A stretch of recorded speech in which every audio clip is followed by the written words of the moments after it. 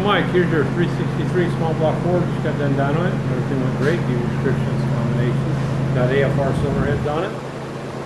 Got one of our custom ground hydraulic rollers. Got a custom piston in it. The dart block. Got the March serpentine belt set up. Fuel management is by Holley, Terminator X. Great system.